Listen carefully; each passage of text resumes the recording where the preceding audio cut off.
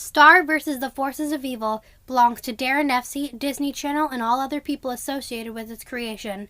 Please support Star vs. the Forces of Evil and go buy the Magical Book of Spells. Well, hello everybody, I'm Raspberry Barrel, and we'll be talking about Chapter 5 in the Star vs. the Forces of Evil Magic Book of Spells.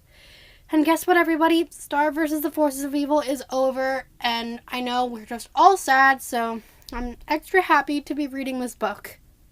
So, the next chapter we're going to be reading is Eclipsa, the Queen of Darkness. Her chapter has a whole lot of those secret codes and stuff, and because it's quite a long chapter, we're going to be splitting it in half. So, in this video, I'll be talking about half the chapter, and next video, I'll talk about the other half. Eclipsa, Queen of Darkness. Eclipsa, Queen of Muni, to a Mumin king was wed, but took a monster for her love, and away from Muni fled. My crystal is actually quite rare, a nested Saturn stone inside a clear, gas-filled dusk glass. The body. The parasol body of the wand allows me to take advantage of the special powers of the nested Saturn stone when I open the parasol. The Saturn stone charges the trapped gas in the dusk glass and lifts the parasol and me afloat. The handle. The gem at the handle of my wand is a whisper stone, which has the power to speak to other stones. In some attacks, I can fire from both the Saturn stone and the whisper stone, allowing for a forked attack. Millhorse. Orion. Orion the Brindle. Eclipsa, Queen of Darkness. 5 butterfly power. A roly sign, demon. Cheek emblem, spade. Height, 5'2". Attributes. Strength, 14. Intelligence, 18. Wisdom, 16. Dexterity, 15. Constitution, 18. And charisma is 18. A note from Star. I read her spells NBD. I've had my wand and book for several months now, and it's been hard to know what to put in here. My mother says it's a place of truth. She assures me that as long as I have this book, it will be mine and my secrets will be accessible to me only.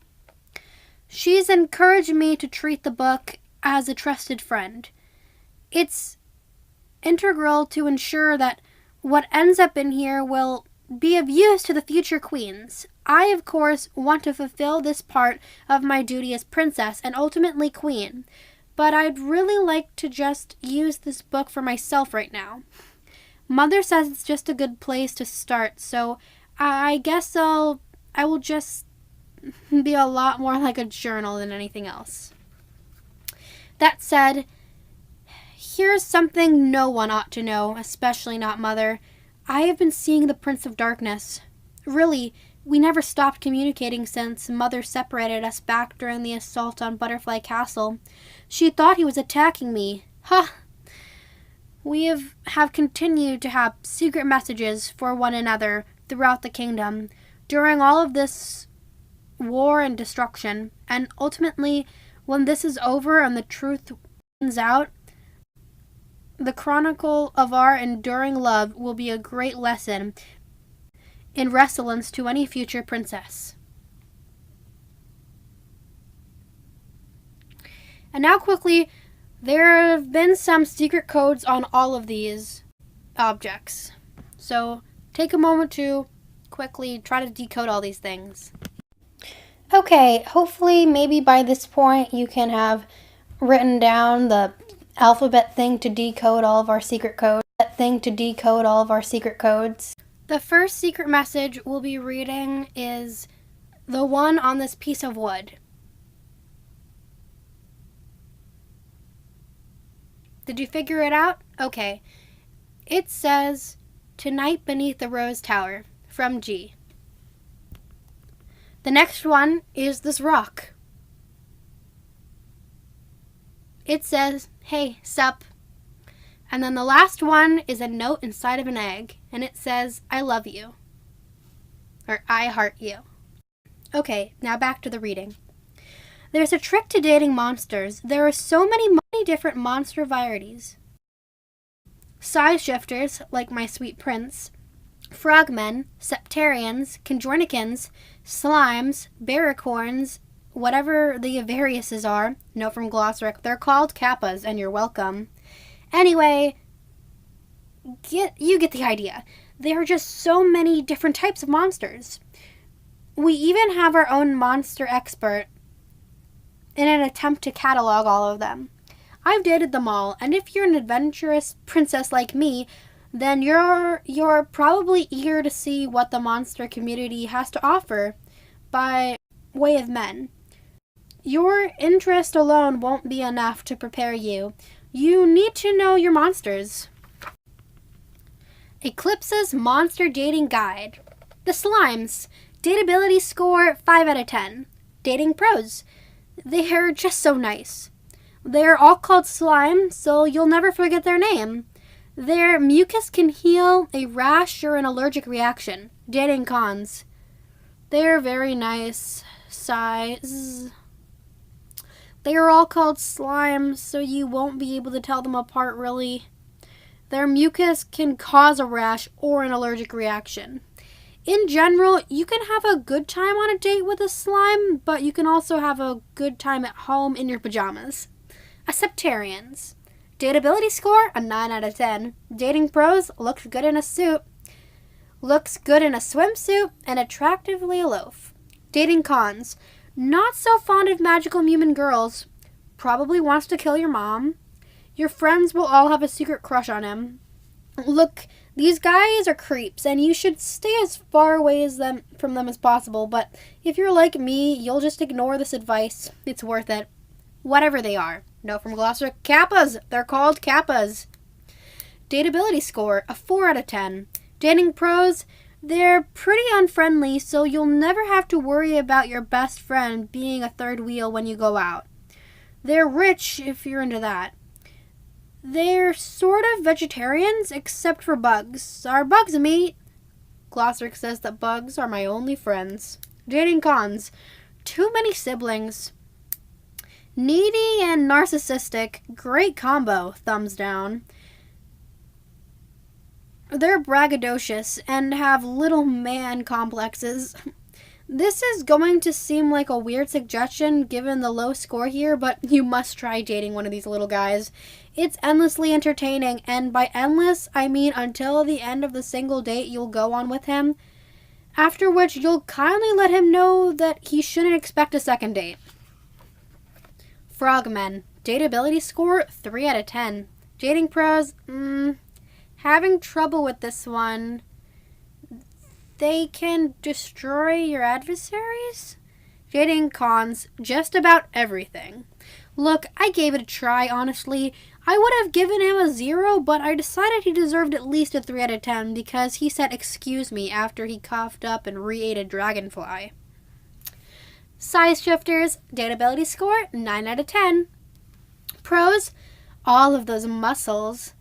Emotionally available. Size shifters tend to be great at tight two-part harmonies.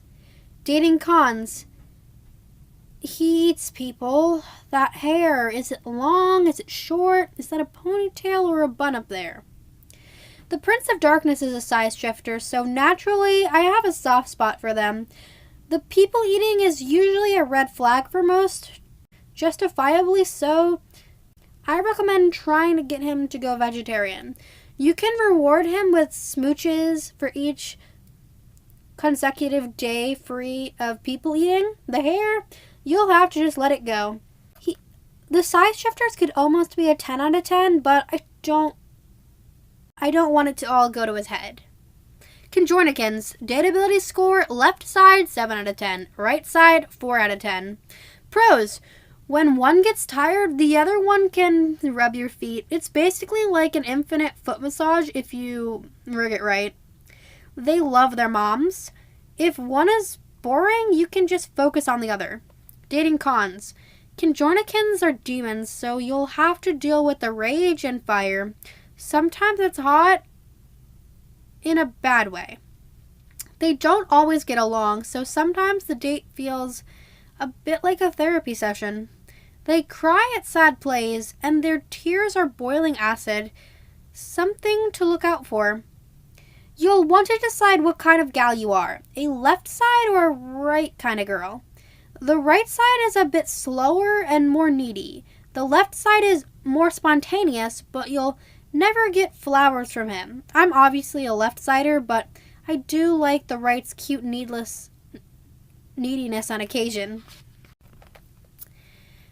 Despite the war, Mother said it's very important to continue our traditions, so we had the Silver Bell Ball yesterday night.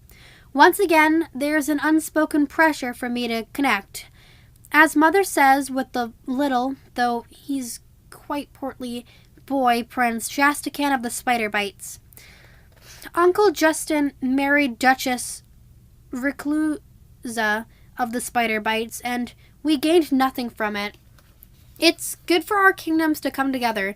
The Spider Bites have resources that could benefit the Butterfly Kingdom. Mother says, but I'm like, what resources?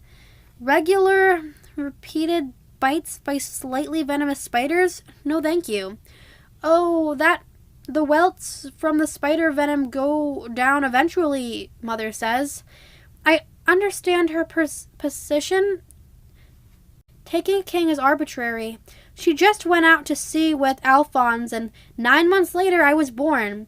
To her, the king is just a throne candy, someone to sit there and look fancy and powdered next to the queen. But even so, consider this. Is this someone who's going to make the right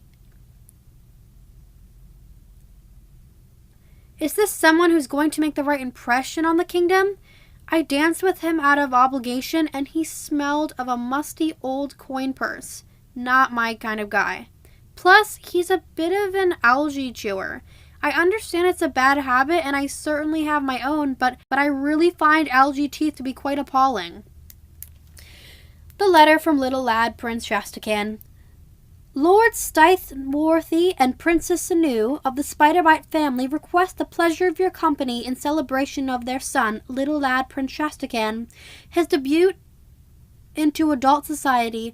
Please join us on the 17th of Snagnog at 6:30 for food and dancing. Spider repellent will be provided for the first 100 guests who are SVP. I also read his mind while we were dancing. It's a little spell that I created, and I refuse to share it, so don't expect to find it in here. Needless to say, there was absolutely nothing going on in there. He wasn't even thinking of how irresistible my rose oil perfume is. I'm not sure I'm the key to this Spider-Bite Butterfly Kingdom accord. I just don't share Mother's point of view when it comes to love. I'm not sure she needs to have a real connection with another, but I do. I do magic for myself. I know that goes against the traditions of our society, but it could be argued that the queen can't tend to the needs of the kingdom unless she is tended to her own. These spells are not for everyone, but maybe you'll find them useful. The first spell we have is the All-Seeing Eye. Okay, Midnight Shriek.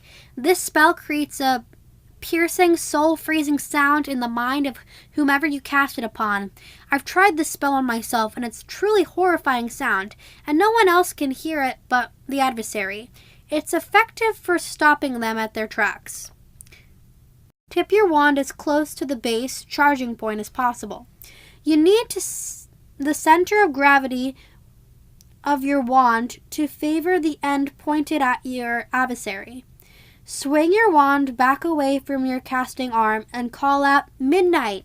Then swing it in front of in the opposite direction, calling out shriek. And that's the first half of the Star vs. the Forces of Evil Magic Book of Spells, Chapter 5, Chapter 5 of Eclipsa, the Queen of Darkness. Okay, some of the things to point out so far about this chapter. We definitely learn more about the monsters. One of the things I was really surprised about is that, she doesn't think frogmen like Buff Frog are that cool. We learn more about the Kajornikins, and they are demons. She doesn't really understand what kappas are. That's kind of funny.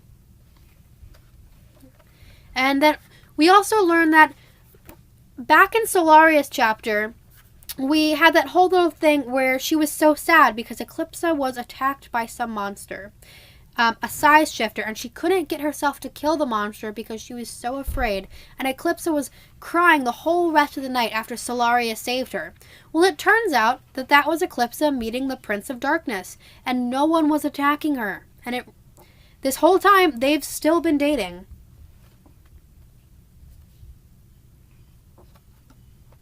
And then we learn more about Little Lad Chest again. So we do learn in this that he is a spider bite, and I guess at this point with the show over, we do know that. And this little picture of him as a little young boy, he looks kind of disgusting. You can see his algae teeth. Ugh. And then we learn about what she thinks of him. She talks about her spell where she can read his mind. And then back to the dateability thing, when she talks about size shifters, she says, size shifters tend to be great at tight 2-part harmonies, and that was, foreshadowing to Globgor singing a whole bunch. And then, yes, Eclipsa used the mind reading spell in the show. I think that's everything so far that's happened in the show. So thanks for listening. Part 2 should be out soon.